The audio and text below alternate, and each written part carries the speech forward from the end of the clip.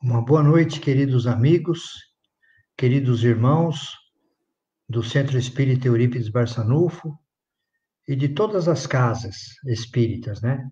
Porque o nosso estudo é estudo da doutrina espírita, é um estudo universal, para todo o planeta Terra e para o universo também. Hoje nós contamos aqui com a presença da Márcia Tamia, esposa do Zé Henrique, aquele músico extraordinário, né? E a Márcia vai falar sobre um assunto interessante. A Joana de Cusa, a discípula de Jesus. Joana de Cusa, discípula de Jesus. Olha que tema lindo que ela vai falar hoje à noite. Olha que tema lindo que ela vai falar hoje à noite. E eu queria mostrar para vocês mais ou menos quem é a Márcia Tamia. Ela é graduada em odontologia. Atua como cirurgiã dentista no programa de saúde da família de Araraquara e participa do Conselho Municipal de Saúde de Araraquara. Realizou mestrado e doutorado em imunologia pela Faculdade de Medicina de Ribeirão Preto, na USP. Ela é uma doutora.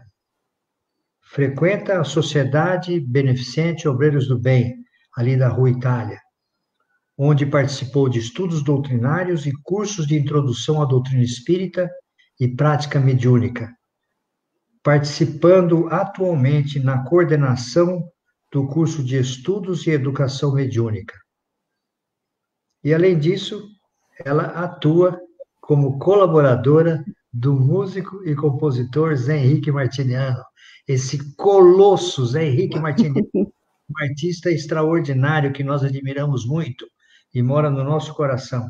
Criações musicais extraordinárias. E trabalha muito para a doutrina com as composições de Augusto dos Anjos e outras coisas mais. E isso, tendo participado, ela participou dos livros Número Infinito e Mensagens dos Poetas Mortos, desse autor, que é o Zé Henrique Martiniano. Então, hoje nós estamos com uma pessoa muito querida aqui entre nós.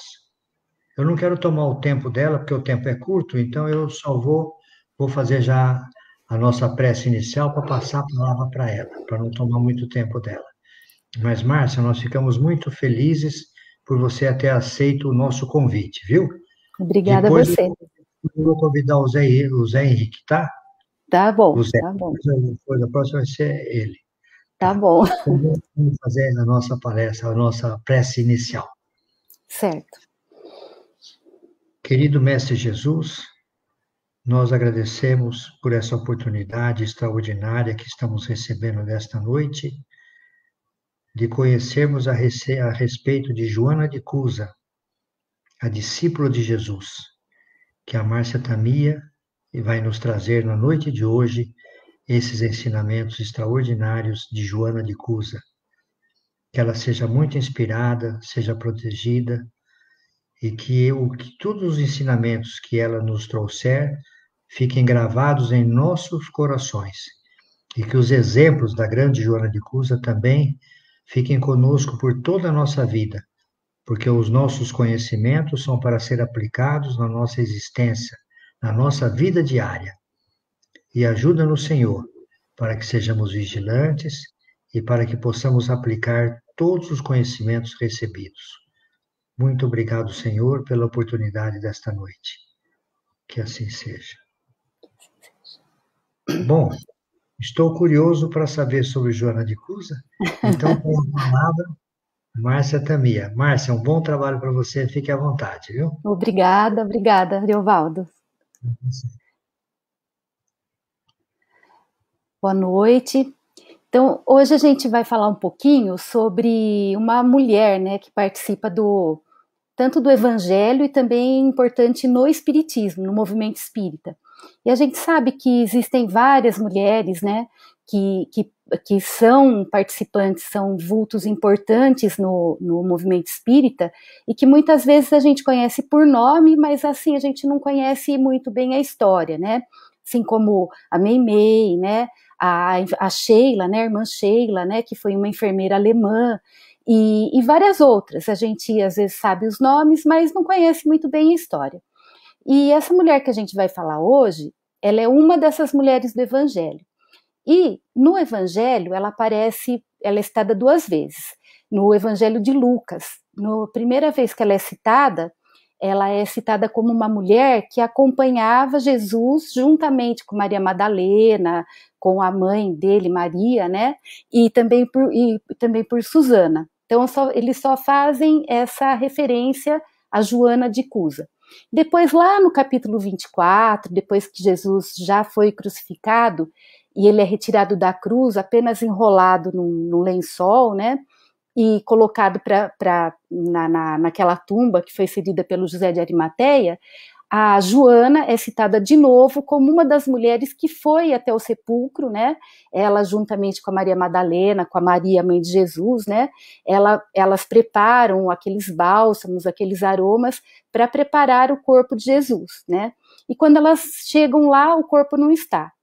Então, ela é também uma dessas mulheres que foi até o sepulcro e não encontrou o corpo de Jesus. Na Bíblia, então, ela é citada essas 2 únicas vezes. Mas a gente tem a história da Joana de Cusa contada por um outro espírito, o Humberto de Campos, através do Chico Xavier.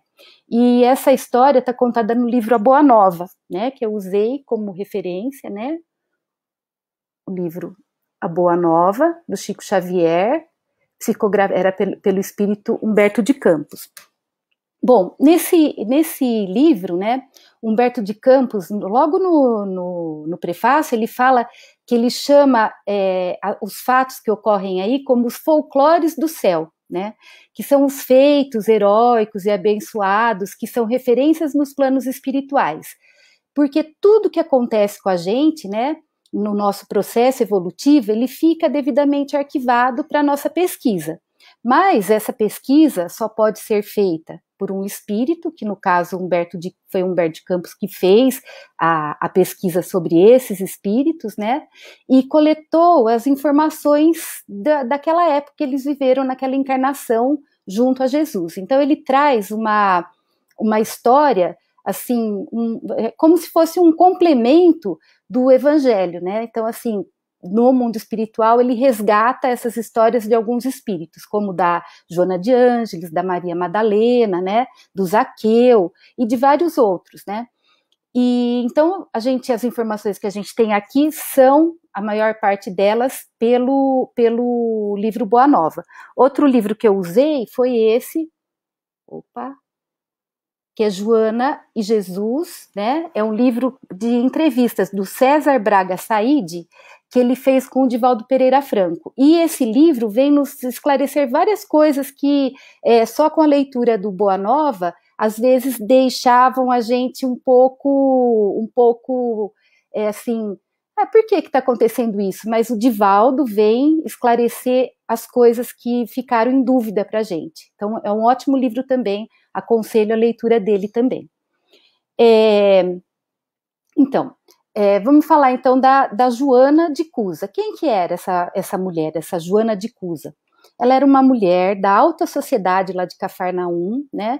E Humberto de Campos já descreve logo nas primeiras linhas que ela era uma mulher muito dedicada às suas obrigações, ela tinha um caráter nobre e possuía verdadeira fé. E pela história dela, a gente vai confirmar todas essas características que o Humberto de Campos nos fala. Então, ela era esposa de Cusa. Cusa era um intendente, um alto funcionário do Herodes Antipas, né? Então, assim, o intendente era tipo um prefeito, uma pessoa responsável por uma parte política, né, e social de uma região, né? E esse Herodes Antipas é aquele rei da judeu, que era filho do Herodes o Grande, né, que era o rei dos judeus. Quando Herodes faleceu, o Herodes, filho dele, Herodes Antipas, assumiu o lugar, né, e ele foi aquele que capturou, que prendeu o João Batista, né, que era primo de Jesus, e também decapitou o João Batista a pedido da Salomé. A Salomé era sobrinha do Antipas, né? E também era sua enteada, porque ele tinha se casado com Herodíades, que era esposa do seu irmão, separou do irmão e se casou com ele. E só que a Salomé cresceu, ficou uma moça muito bonita e ele estava interessado por ela. E a Herodíades, por motivos que ela, para obter alguns benefícios, ela joga com a filha para que ela peça a cabeça de João Batista, para que ela se livre do João Batista que estava falando mal dela. Bom, só para a gente lembrar que época que a gente está. E o Antipas, ele era um rei que ele só visava o próprio interesse, né? E para conseguir os seus interesses, ele bajulava muito Roma, né? Fundando até cidades, homenageando os grandes vultos, né? Romanos, como Tiberíades, né? Que ele homenageava o Tibério, né? Mas também, para conseguir que os judeus ficassem ao seu lado, ele também bajulava os judeus. Então, ele era um homem sem princípio, ele era 2 pesos, 2 medidas. Então, ora, ele agradava os romanos e agradava também aos judeus. E o Cusa, sendo seu intendente, seu empregado, né, ele também não podia ser diferente. Então, ele também, ora agradava os romanos, ora agradava os judeus. E desse jeito, ele conseguia favores das duas partes, né? E assim ele conseguia favores que fazia com que a vida dele fosse fácil e rendosa. Então ele vivia nesse meio de luxo, né? Sempre com o imperador, com o Antipas, que era o rei, né? E vivia nessa vida de muito luxo, de muita frivolidade até, né? E a Joana, que era sua esposa, era uma pessoa que tinha um pouco de dificuldade para conviver com esse jeito dúbio, né? Esse jeito de seu marido, né? Do jeito que ele levava a vida. Ela achava aquilo muito estranho. Como que ele podia, a hora, achar que um estava certo, o outro estava certo, e não tomar partido de ninguém, né? E isso a incomodava, porque ela já era um espírito com uma certa evolução, né, moral, e para ela as coisas tinham que ser certas, né? Deveria existir a fidelidade, a lealdade, né? E para ela isso causava um grande desconforto para ela. Bom, a gente tem que lembrar também que nessa época, na época do Império Romano, né, as mulheres, elas não eram consideradas seres inferiores, né? Na verdade, era assim, quando elas eram crianças, elas deviam obediência ao pai. Quando elas se tornavam adultas, né, jovens, elas se casavam geralmente com homens mais velhos e elas deviam a obediência ao marido, o marido que mandava e elas obedeciam. Se elas ficassem viúvas, elas seriam dependentes, né, obedientes aos seus filhos homens, se ela os tivesse, ou se não, a algum outro parente homem, né, como um cunhado, ou sogro, ou um tio, né, mostrando a situação da mulher nessa época, né, que era de muita submissão, e isso fazia com que só a experiência de uma reencarnação como mulher naquela época já era uma grande prova, né, porque ela tinha que desenvolver as suas habilidades de paciência, de obediência, de acabar deixando o orgulho um pouco de lado, para poder sobreviver ali naquela sociedade extremamente machista, né? E com relação à educação, elas também aprendiam apenas a cuidar da casa, afiar, né, afiar os tecidos que faziam as roupas, a lã, né, para fazer tapetes, para fazer as roupas de frio. E não tinham uma educação formal, né? E com o Império Romano que estava em plena ascensão, era muito comum as mulheres romanas, né, as patrícias romanas, terem vários escravos, né? E aí elas deixavam toda a incumbência da casa e até mesmo da criação dos seus filhos na mão dos escravos, porque elas tinham bastante dinheiro, elas viviam numa vida de luxo, só pensando em joias e festas, né? Só numa coisa frívola, e se desinteressaram totalmente de cuidar dos seus filhos, da educação dos filhos, e isso foi um dos motivos que levou à decadência do Império Romano, né? Então, Joana, ela era assim diferente, um pouco diferente dessas mulheres, apesar dela viver nessa vida do império, né, com todo esse luxo, com todas essas festas, né, e essas frivolidades, ela não se sentia totalmente feliz, ela sentia que ainda faltava alguma coisa para ela. E ela ainda não conseguia descobrir o que era isso. Um dos motivos era os seus desentendimentos por não entender o esposo. Mas alguma outra coisa ainda lhe deixava o peito vazio, né? E um dia ela estava indo com uma escrava para Cafarnaum. Cafarnaum era aquele lugar onde Jesus pregava, né? Que tinha um lago, o Lago de Genezaré, e era um lugar mais ameno, com um clima mais ameno, né? E ela foi para lá para desfrutar dessa amenidade. As pessoas com poder, né, com dinheiro, eles desfrutavam do frescor ali, do lugar da paisagem bonita de Cafarnaum. E quando ela estava indo para Cafarnaum com a sua escrava notou que ela estava muito triste, né? E ela andava bastante chateada com o casamento, né? E ela convidou a Joana a ir assistir uma preleção de um certo Galileu que andava fazendo preleções ali perto do Lago de Genezaré, que era Jesus. E ele trazia muitas palavras de paz, de amor e de liberdade.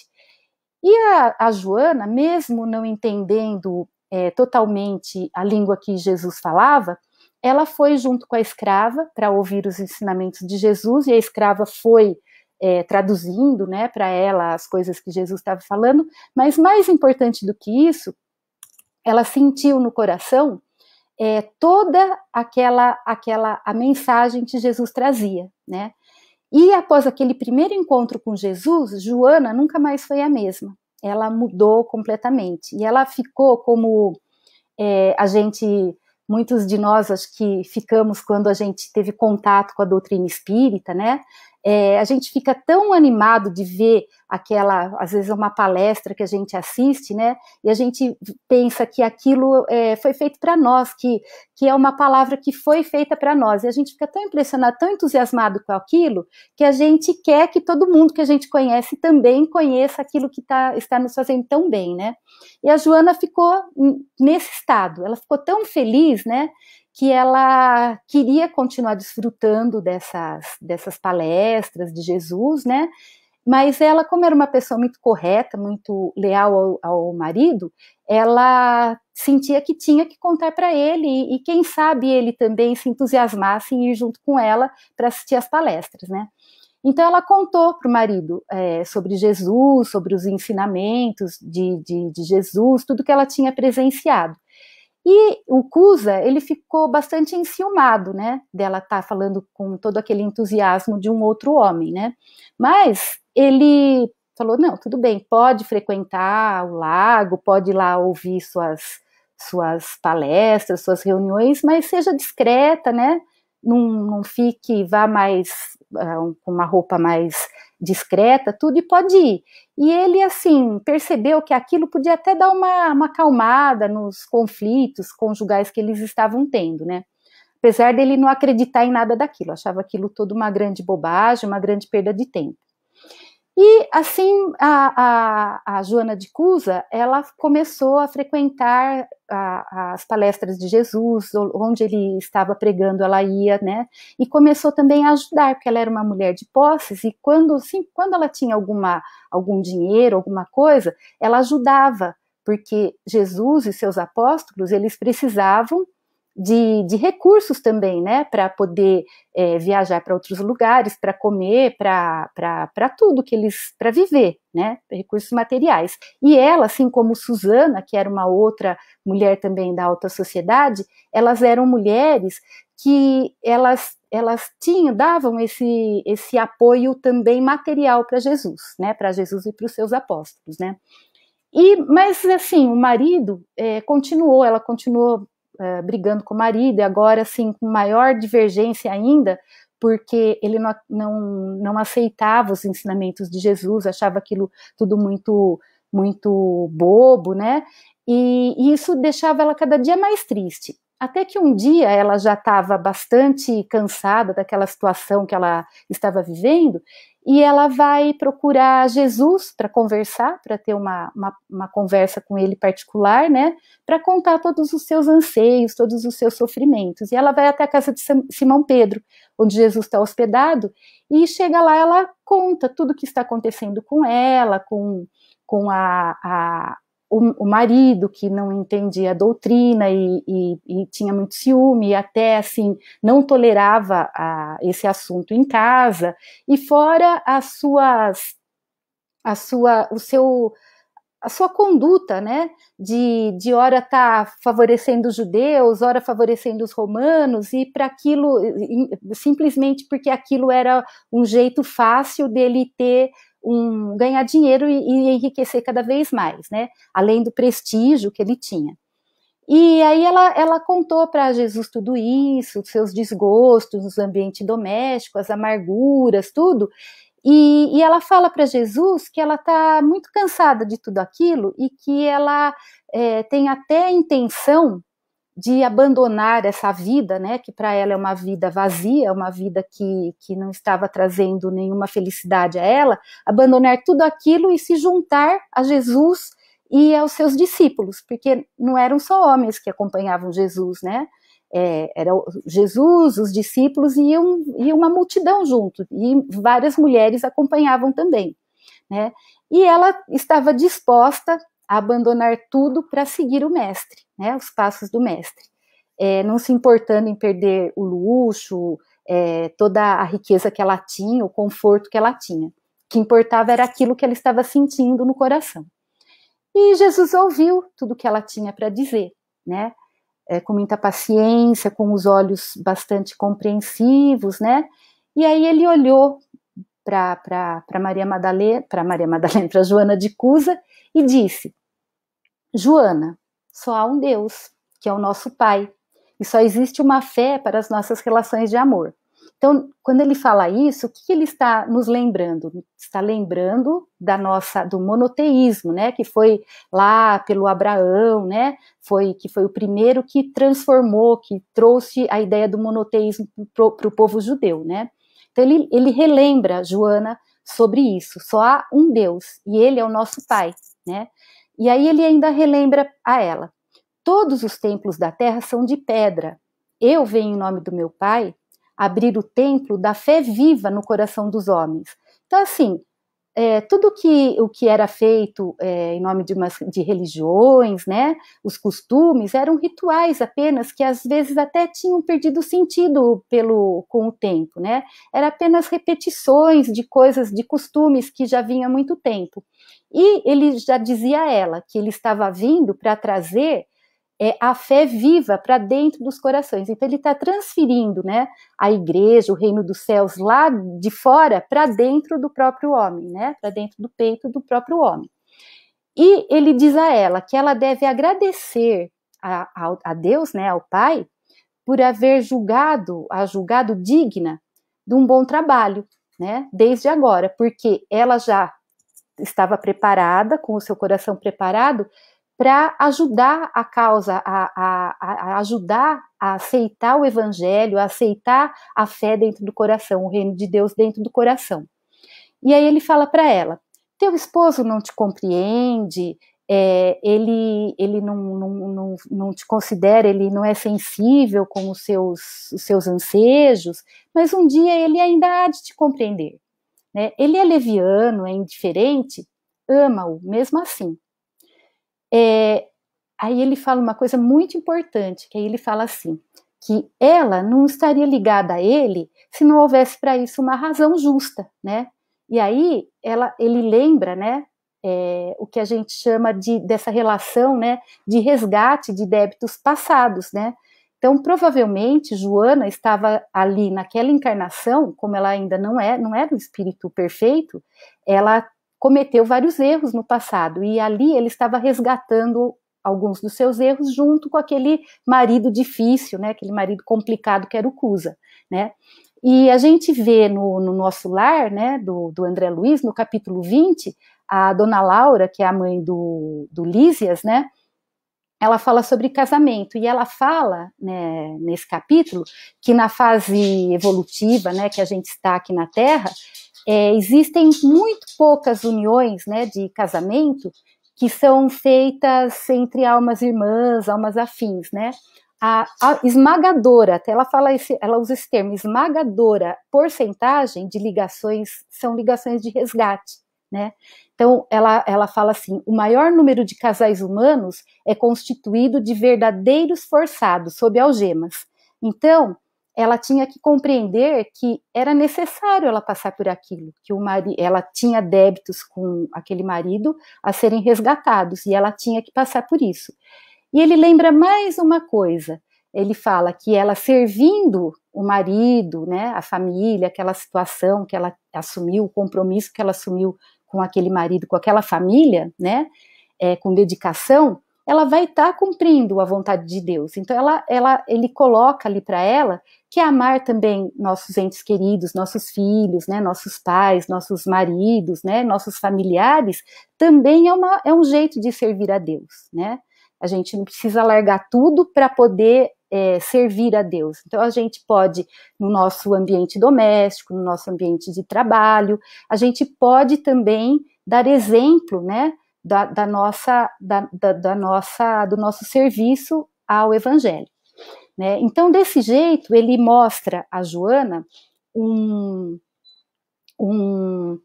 tipo de um roteirinho, né, da relação dela com Deus, né? E aí ele continua. Você fala, né, você está me falando dos seus receios, das suas dúvidas, né? Mas você deve, pelo Evangelho, amar seu esposo ainda mais, né?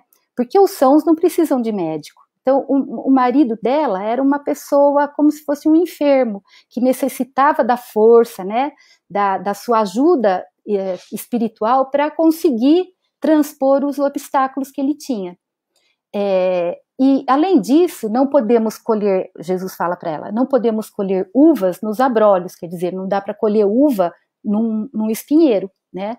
Mas a gente pode carpir esse terreno, tirar ali os espinhos, né, aquela erva daninha, né, e afofar aquela terra, adubar, regar, e nessa terra preparada a gente pode plantar, que ele chama de videira maravilhosa do amor e da vida. Então era isso que ela tinha, era o objetivo que ela tinha que fazer com o marido. Não simplesmente esperar colher dele frutos bons, porque ele não estava preparado para isso, mas ajudá-lo, né, a se preparar para que ele um dia pudesse dar bons frutos. E Joana, ela fica bastante emocionada, né, com tudo aquilo que Jesus fala para ela, né, e fica até satisfeita com aqueles esclarecimentos, mas ela ainda tem uma dúvida, né. Aí ela fala para ele, mas, mestre, eu estou aliviada com tudo isso que o senhor falou, mas, entretanto, né, eu tenho ainda uma dificuldade de entendimento. Será que não seria mais acertado, né, mais certo eu lutar para impor os vossos princípios, né, os princípios de Jesus para o meu marido? Para que ele entenda? Então, assim, brigar, bater em cima até ele aceitar tudo isso? Agindo desse jeito, será que eu não estou ajudando mais o meu esposo para ir para a vida, para o caminho do Evangelho, né? E seguir o caminho para o vosso reino? Aí o Jesus sorriu, né, serenamente para Joana e falou assim para ela: por que motivo Deus não impõe a sua verdade e o seu amor aos tiranos da terra? Se Deus quisesse, ele poderia, né, transformar todos os tiranos, todas as pessoas más, né, os grandes assassinos, né, em pessoas boas. Era simplesmente fazer um gesto e todo mundo ficaria bonzinho, né? Por que Deus não fulmina com um raio o conquistador desalmado, que espalha miséria e destruição com as sinistras forças da guerra? Por quê? Por que Deus permite tudo isso, né? Porque, aí ele explica para ela, porque a sabedoria celeste, né, Deus, ele não extermina as paixões, ele as transforma, né?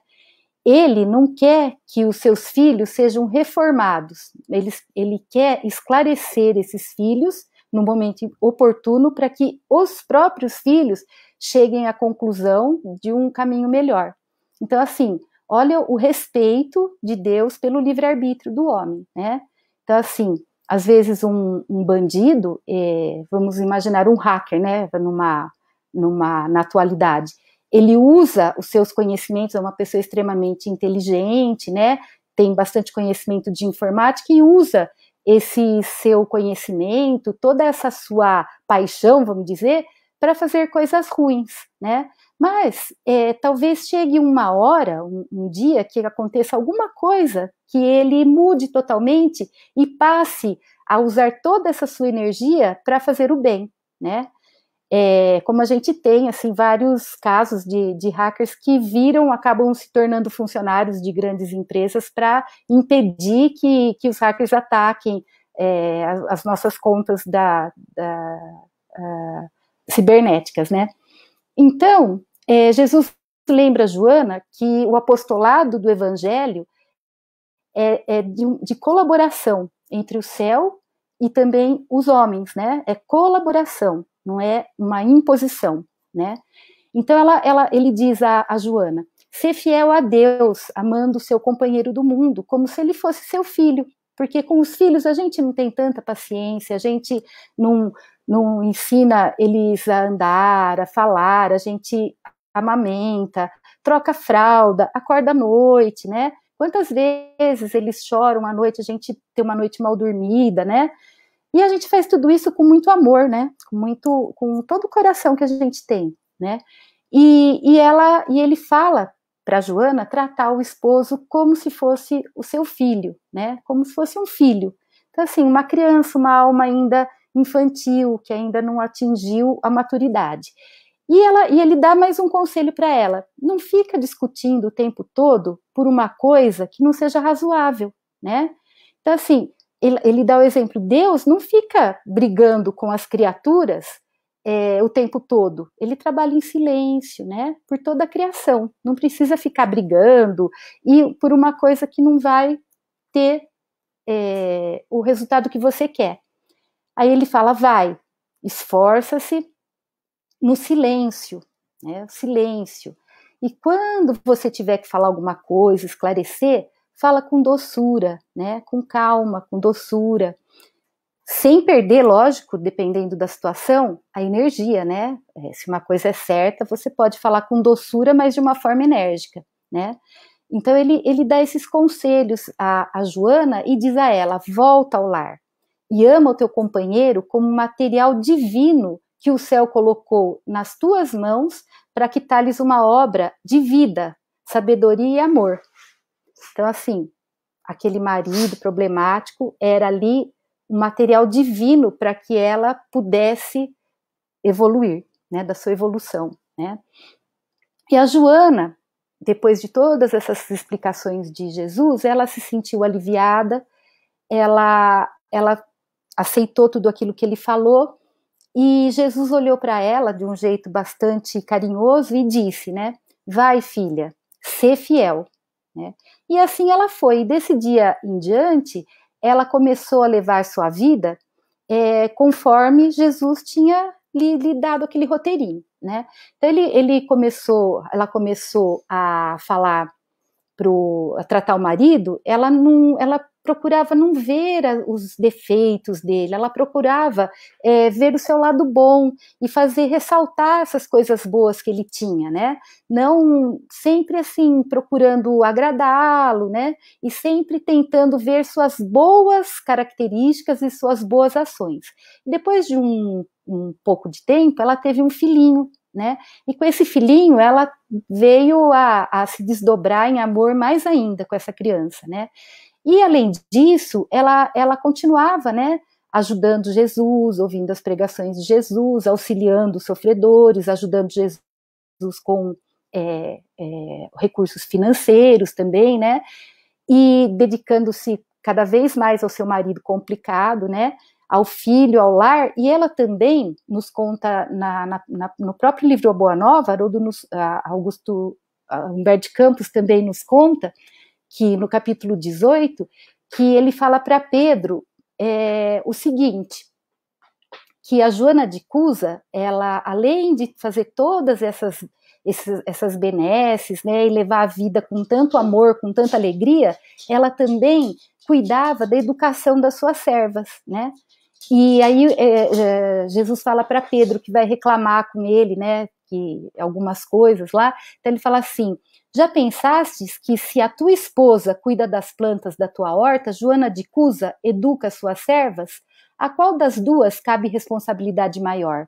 A tua mulher que cultiva os legumes ou a nossa irmã, que tem algumas filhas de Deus sob a sua proteção?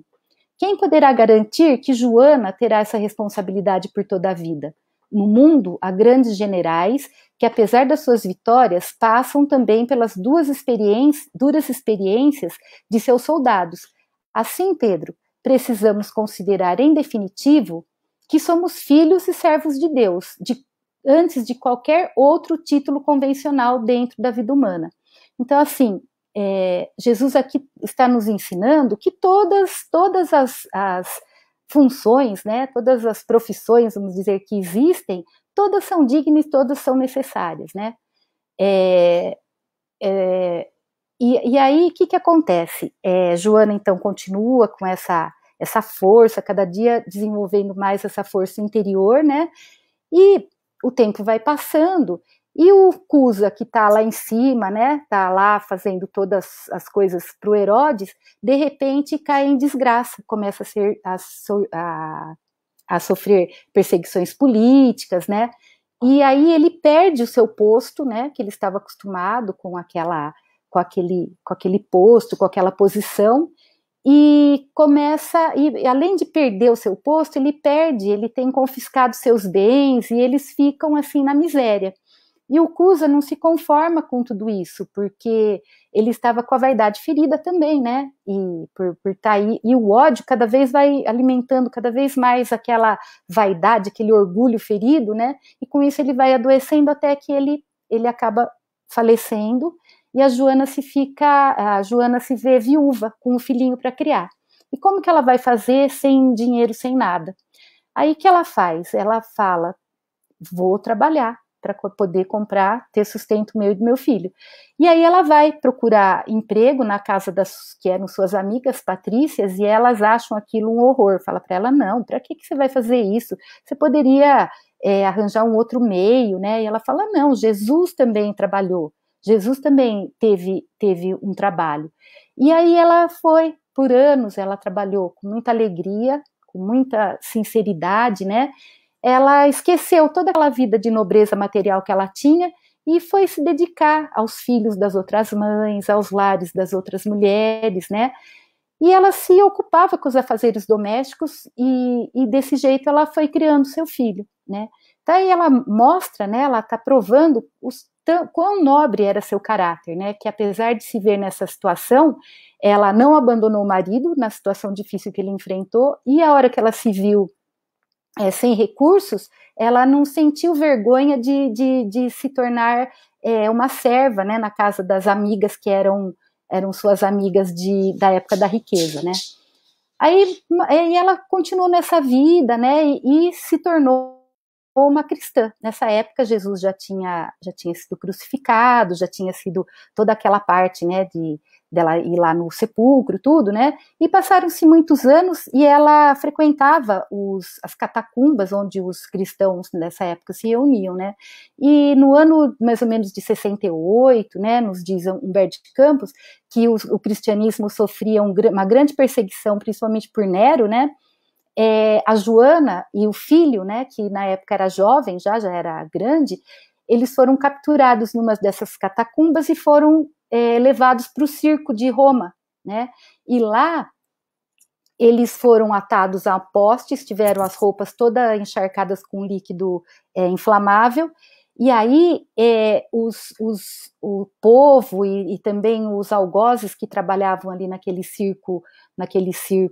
romano, né, de torturas aos cristãos, começaram a gritar, a xingar, e aí começaram a falar para Joana: abjura Jesus, né, que se ela abjurasse a Jesus, ela poderia ser solta, né, e ela apenas contempla o céu e não fala nenhuma palavra de queixa, nem de negação, ela não fala nada. Quando ela ouve o estalido do chicote no corpo de alguém, quando ela olha, é seu filho sendo açoitado, todo ensanguentado, todo açoitado, e o filho olha para ela e pede: mãe, repudia Jesus, mãe. Em vez que se você não repudiar a Jesus, nós seremos mortos, nós perderemos. Abjura, mãe, abjura. E aí, pela primeira vez, os olhos dela se tornaram cheios de lágrimas, de ver o filho naquela situação e pedindo para ela com tanto ardor para ela abjurar Jesus, para salvar a vida dele, né?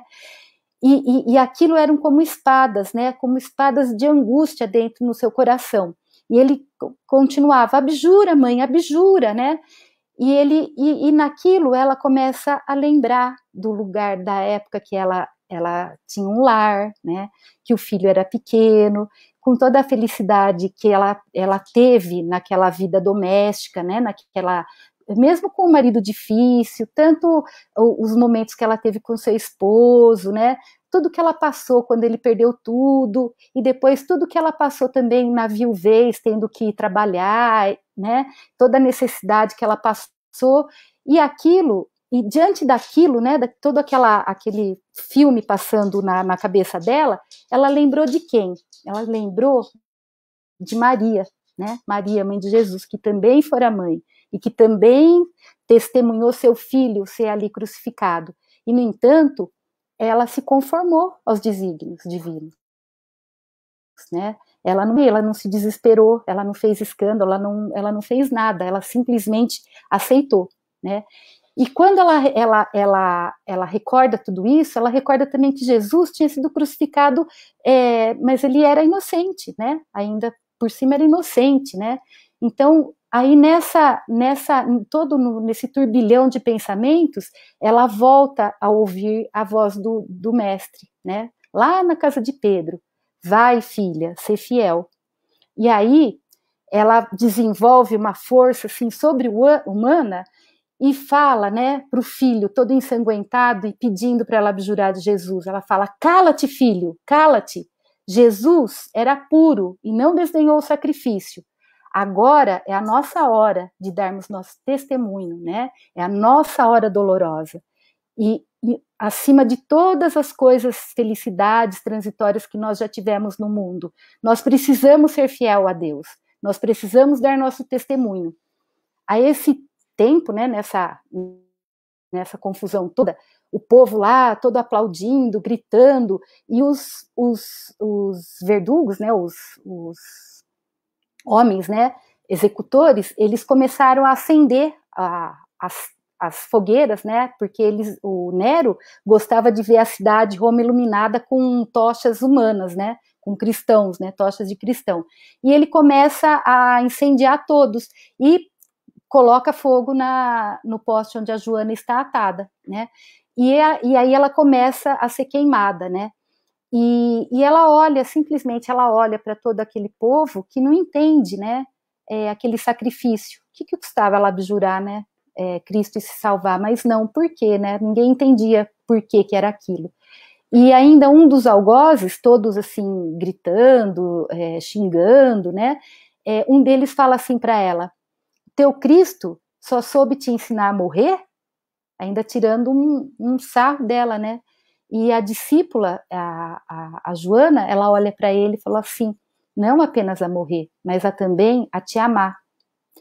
E quando ela diz isso, ela já está queimando, né? E aí ela sente a mão de Jesus, né? Tocando suavemente seu ombro, e ela escuta a voz de Jesus a recebendo, né? Tem bom ânimo, Joana, eu estou aqui. E assim ela é recebida na vida espiritual. Então, a gente vê, meus amigos, que essa história da Joana, a gente vê o testemunho de fé que os cristãos, os primeiros cristãos, tinham que dar nessa época, né? Que era uma época que esse testemunho tinha que ser feito pelo sangue, né? Dos fiéis, dos primeiros cristãos. Por quê? Porque era a época em que as primeiras sementes do evangelho tinham sido plantadas, né? Então, nessa época, era necessário esse tipo de testemunho. Hoje, a gente não precisa mais, para testemunhar nossa fé, a gente não precisa mais de um poste ou de uma cruz, né? A gente não precisa ser queimado, né? Mas a gente ainda quando a gente assume essa caminhada, né, rumo à disseminação do Evangelho, a gente enfrenta muitas ingratidões, muitas frustrações, né? A gente encontra palavras que só destroem, né? E isso a gente tem que fazer como Joana, lembrar de que a gente tem que ser fiel, a gente tem que assumir esse compromisso, né? E tem que levar à frente esse compromisso, né? E com isso, eu acho que a gente tem que lembrar, né, que nós somos espíritos imortais, né? E a gente tem uma vida só, mas dentro dessa vida a gente tem várias existências, né? E nessa existência desse espírito, né, Joana de Cusa, essa existência ela foi definitiva, foi um marco ali para a existência dela, né? Porque foi a partir daí que ela aceitou, assumiu o compromisso com Cristo e nunca mais saiu dos trilhos, né, de Cristo. E porque quando ela, nessa existência como Joana de Cusa, ela ainda tinha vários aspectos a espiar. Mas esse testemunho que ela deu, né, de morrer ali por Cristo, né, por morrer junto com seu filho amado ali por Cristo, né, pelo amor ao Cristo, ela tomou um caminho sem volta, né? E o encontro, então, dela com Jesus representou um divisor de águas, né, na sua alma. Foi uma revolução sem precedentes na vida desse espírito imortal que ela é, né? E na sua dor, ela soube aproveitar o convite do mestre, porque muitas vezes a gente recebe o convite do mestre, mas a gente ainda não está preparado para aceitar. E ela, com toda a dor, com tudo que ela passou, ela aceitou o convite do mestre. E foi a partir desse encontro que ela assumiu, então, aquele compromisso com Jesus.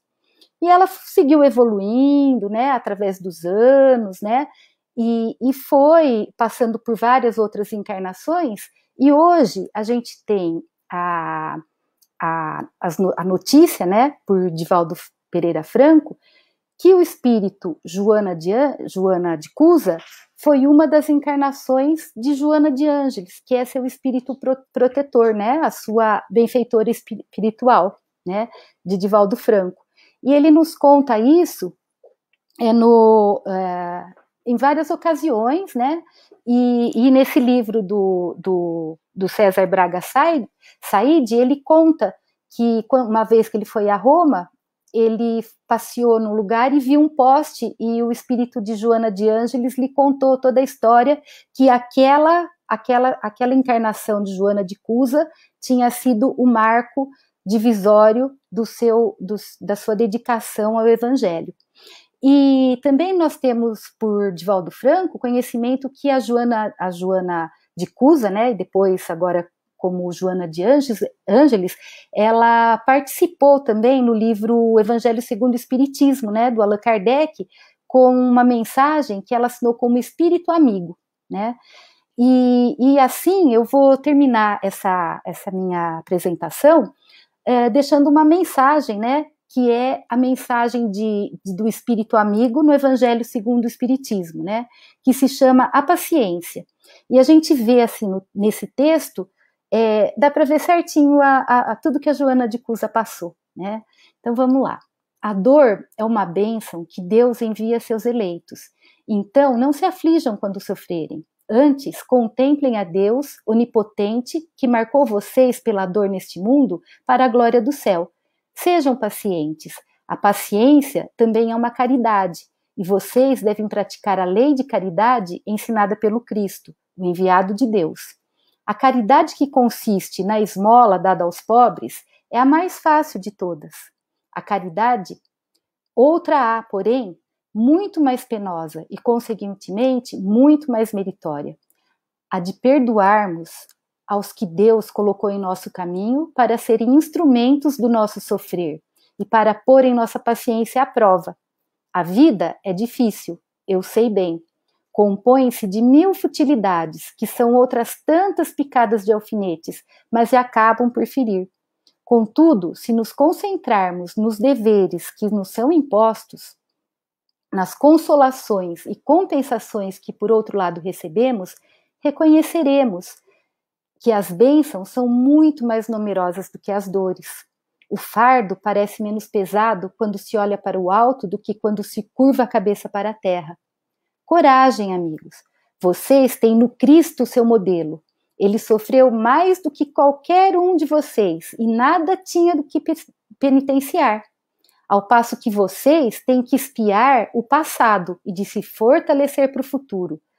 Pois sejam pacientes, sejam cristãos. Essa palavra resume tudo. O Espírito Amigo, Havre, 1862. Que Jesus ampare a todos nós, e eu deixo aqui meu boa noite e meu muito obrigada.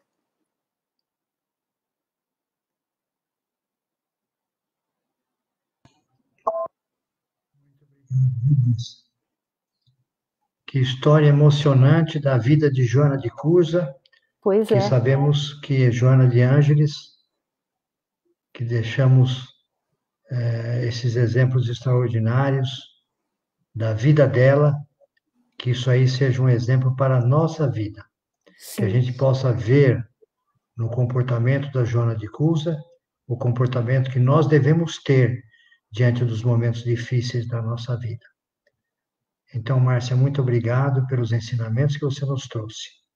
Uma história muito emocionante de Joana de Ângeles, de Joana de Cusa. Ok? Você quer falar mais alguma coisa? Não, só queria agradecer a oportunidade, né? E assim, deixar essa mensagem mesmo, né? Que todos nós estamos no caminho, né? E a gente tem que procurar aceitar esse convite de Jesus, né? Quando ele nos chama, né? Ter o coração preparado para isso. Isso. Muito obrigado, viu, Márcia? Obrigada isso, é exatamente isso. Muito obrigado. E obrigado a todos que nos assistiram, que estiveram conosco na noite de hoje. Que Jesus nos abençoe e nos ampare sempre. Muito obrigado, Márcia, e muito obrigado ao Zé Henrique, seu marido, um grande compositor. Muito obrigado, viu, Márcia? Obrigada. Uma boa noite para vocês. Então, igualmente. Felicidade para vocês. Uma boa noite. Boa noite.